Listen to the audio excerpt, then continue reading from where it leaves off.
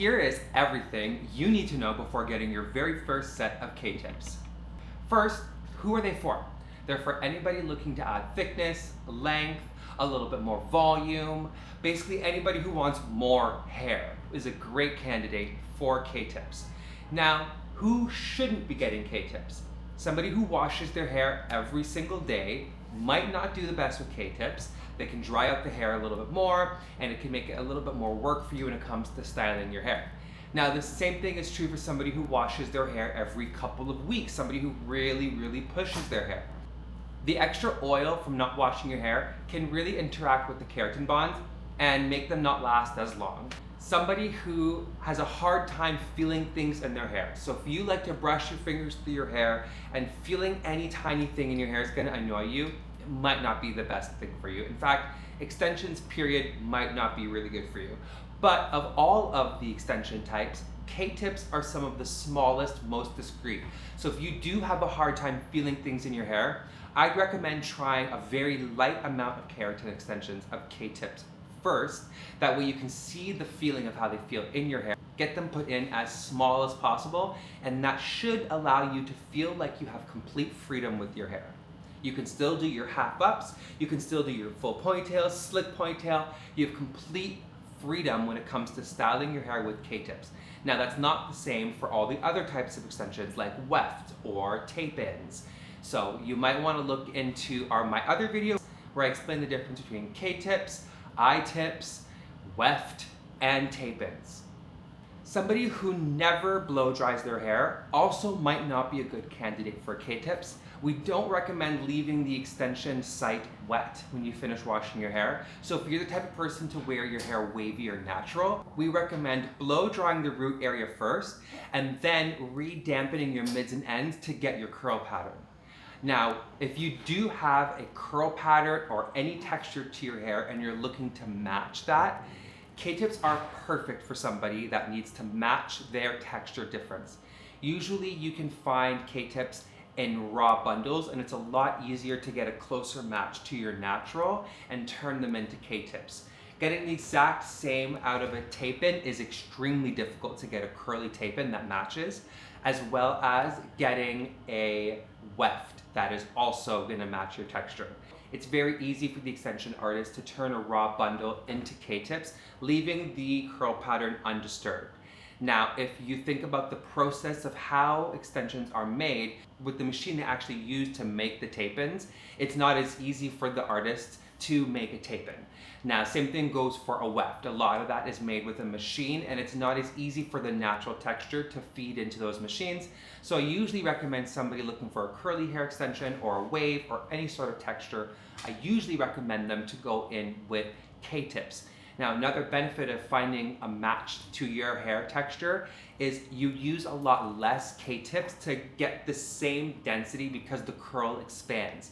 You don't have the same option of customization with a weft. It comes in one size and one density, and you basically just have to put in as much hair as you can fit in that one weft of hair or in that one tab of a tape-in extension. Let's talk about maintenance. Somebody who's looking for as little maintenance as possible and as long-term maintenance as possible would love K-tips. The reason why I say this is because when K-tips are maintained properly, and what I mean by that is properly detangled, you go in for a blow dry every month to make sure that your bonds are perfectly separated, there's no extra shedding, that person will be able to push their K-tip installation for 3, 4, sometimes even 5 or 6 months. It's not very common, but it is possible, and I have seen it happen with a lot of my clients. The same is not true for a weft or a tape-in. The maintenance schedule for those is every 6 to 8 weeks. 8 weeks being the furthest that we recommend you pushing those extension types because of the weight on the hair. Now, tape-ins will straight up fall off your hair after 8 weeks. The glue does tend to lose its potency and just slides off the hair. Weft will hold on, but the weight of that hair section being pulled down with a lot of root isn't the best for your hair. It also is extremely difficult to hide the weft once it grows down past a certain point. So we don't recommend pushing that. But with K-tips, properly maintained, properly tangled, you can let that keratin bond grow out and you don't really see it as much. So it's a lot easier for someone to push their maintenance extension with a K-tip. Price-wise, let's talk about the cost. So You can expect to spend a little bit more to have your K-tip extensions installed. The reason why I say this is the process takes a lot longer, usually 3 times longer than it takes about for an artist to do a weft or a tape-in. Tape-ins are very fast appointments, wefts are also a lot faster. So your K-tip installation can look anywhere from 2 hours for a half head installation up to 4, 6.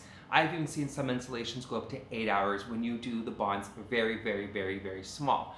I recommend as small a bond as possible for somebody who's getting used to the extensions. That way they don't feel as much of the weight on their hair, and it's a little bit easier for them to actually manage the feeling of the extensions in their hair. Somebody who's a little bit more advanced and can handle a little bit more weight on their hair doesn't mind separating them. We go in with a little bit of a bigger bond to put some more density in the middle. But I definitely recommend somebody just starting out to get them done as fine as possible, and that usually costs a little bit more for the installation. Now let's talk about how much the hair should cost.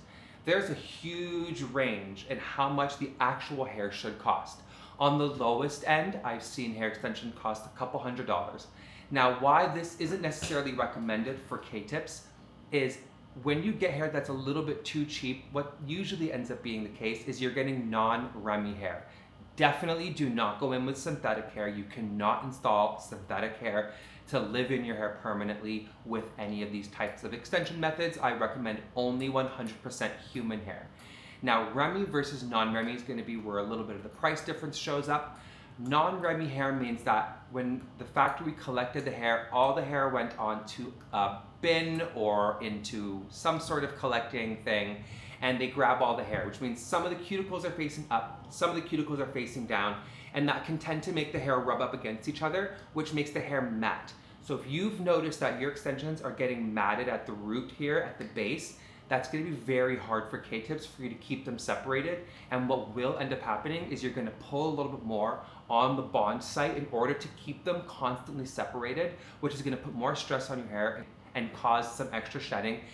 In worst case scenarios, that can even lead to bald spots, because when you're pulling to detangle the hair, you're putting extra pressure and you're constantly combing to detangle, which can really lead to more stress in the scalp. So I definitely do not recommend it. If it's too cheap, it probably isn't going to be the best. You want to make sure you're at least getting 100% REMI hair. So on the lowest end, I've seen REMI hair start at anywhere from $500 to $600 Canadian.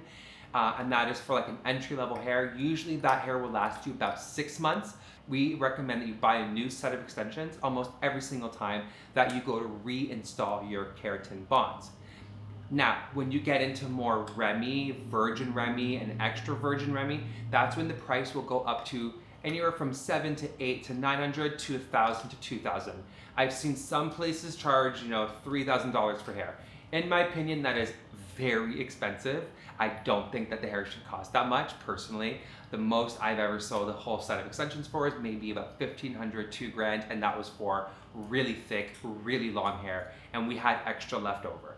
And I usually recommend my clients to buy more than we need, because when you come in for your reinstall, especially if you don't plan on buying a new head of extensions every single time, if you do planning on buying a new head of extensions every single time, just get what you need, call it a day. But if you plan on reusing the hair, I recommend getting a little bit more than you think. And what I mean by that is, if you're normally doing 100 grams, buy 120 grams. Because what's gonna happen when you come back in the second time, the third time to reinstall your extensions, the act of us reinstalling your K-tips means you're gonna lose a little bit of length from each time we reinstall that bond, because we have to cut off a little bit and then add more keratin glue, which makes the hair become a little bit shorter, which means that your extension's length is gonna be increasingly going up as you reinstall that hair. So by having a little bit extra hair, what we do is we will make sure that the bottom rows have fresh, brand new hair, so you hold on to your length, and then the other hair that's being reused becomes more of your layered hair on the interior. It's a great way to stretch out that bundle as long as possible. Even 10 extra grams, 15 extra grams makes a big difference when it comes to reinstalling and maintaining that length.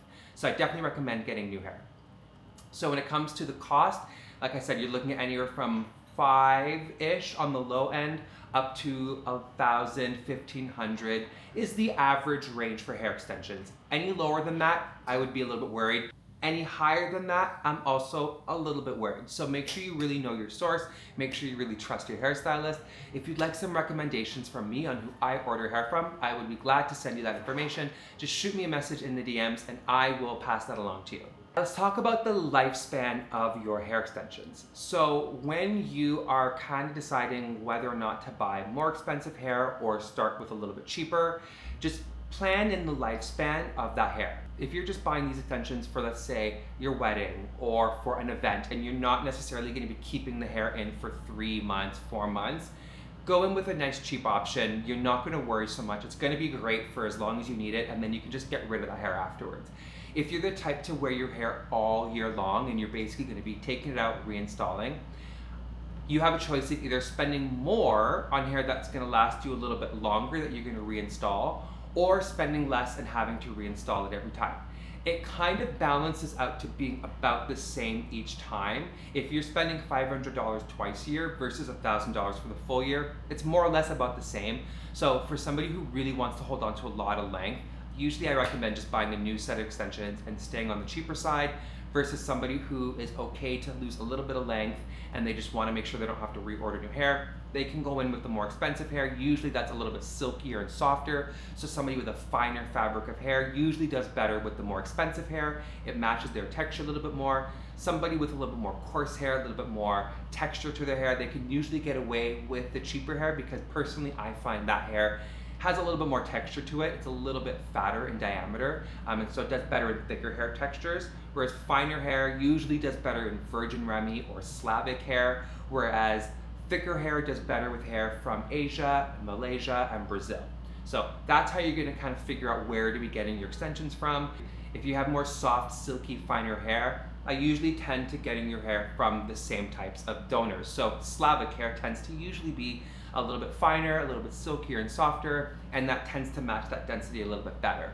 Now, if your hair is super thick and coarse, of course, if you go in with a finer fabric of hair, the density is gonna not really match so much and you're gonna have to use a lot more hair. So in those situations, I recommend looking for sources that have a thicker diameter of hair. So Asian suppliers, Malaysian suppliers, Brazilian hair, all of that's gonna give you a much nicer, thicker result, which will match your density a little bit more. Personally, that's just where I like to get my hair from.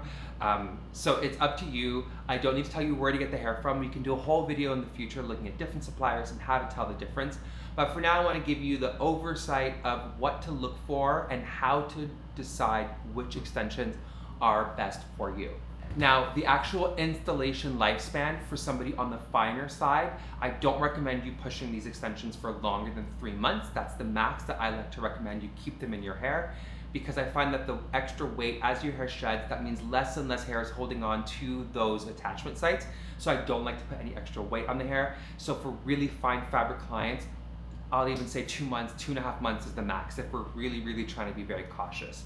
Somebody with a thicker head of hair, their hair can hold a little bit more weight. You're comfortable leaving it in for 4, 5, maybe even 6 months if you properly take care of it. So the type of hair is going to tell you how long you're going to keep that hair, and the density of your hair is going to tell you how long you're going to keep that hair in your head for. Now let's look at the major pros and cons of both. So major pro with K-tips, versatility. Somebody who has to style their hair a lot, somebody who wants to match their curl, somebody who wants a very natural lived-in look where it's 360 movement, because these individual bonds can move completely in every direction. So somebody who wants that freedom would really love having K-tips. Somebody who works out a lot, they might sweat a little bit more. They're gonna do better with K-tips because their hair is gonna react less to their natural oils and sweat. Some of the cons for K-tips, the cost. They can be more expensive when it comes to reinstalling and installing in your hair. So you're gonna spend a little bit more for a little bit more freedom later on. In my opinion, that can be a con, but that also is one of the reasons why it's great. So it just depends on what your budget is. Usually weft hair installations and tape-in installations are usually a little bit more affordable, and there's nothing saying you can't do both. I definitely have some clients that have a row of weft on the bottom and then the top rows K-tips, because that allows them to blend in their length a little bit better. So you can of course mix and match installation types, but definitely the cost for K-tips can be one of the cons. Another con with K-tips is you're a little bit limited with how you can heat style your root. So if you are the type of person that has to use heat at your root, you might be better off with weft because the weft won't react to heat at the root. Tape-ins will definitely react to an iron on them. They'll melt the glue a little bit. And you also run the risk of melting the keratin bond when you're flat ironing your hair, and that can cause some matting because you're basically gonna be flattening that K-tip out and then blending it into the hair beside it. So I don't recommend somebody who needs a lot of heat at their root to be getting K-tips. Now, if you do need heat at the root, I would recommend doing something like a keratin treatment, which would really help calm down the frizz and allow you to get away with using just a blow dryer at the root and avoiding a hot tool at the root. So that's one workaround, which I definitely refer a lot of my clients to going down that route when they have to use heat at the root. I'll recommend the keratin extensions, and I'll do a keratin treatment on the roots to make sure they don't have to worry about flat ironing the root. And it's always worked out very well. Really, that's the only con I can think of because K-tips really is that girl. She really does look amazing. I think it can work for almost any hair type, curly, straight, fine, thick. It really does it's one of the most versatile, in my opinion, hair extension methods. Now, somebody with really thick hair, they're gonna have to use a lot of K-tips. And somebody who wants that Disney thickness of hair, usually I'll do a mixture of weft for the density in the bottom, and then some really nice K-tips to get blending in through the mids and tops, like I mentioned earlier. And I will be showing you what that looks like. I have a client coming in this week, which I will film, and I will show you what the weft and K-tip installation looks like and how we go about spacing that out. If you have any questions about what K-tips mean, if you want more clarification on the installation, the lifespan, how to pick the right supplier, how to maintain these extensions, just shoot me a message in the comments. I'd love to get back to you, and that also gives me more ideas on what I can show you on this channel. Definitely hit subscribe. I will for sure be coming back and giving you all of the extension tips and tricks that we all need. We're gonna dive more into K-tips, we're gonna dive more into weft, and we're gonna dive more into tape-ins. I wanna make sure you are completely ready and you know what you are gonna need when you go to get your set of extensions. Extensions are amazing, and I think they're one of the best kept secrets in the hair industry. And I think almost everyone can benefit from having a little bit more length and a little bit more thickness, for the most part. That's it for today. Enjoy your extensions, and like I said before, shoot me a message if you have any questions or comments. Ciao!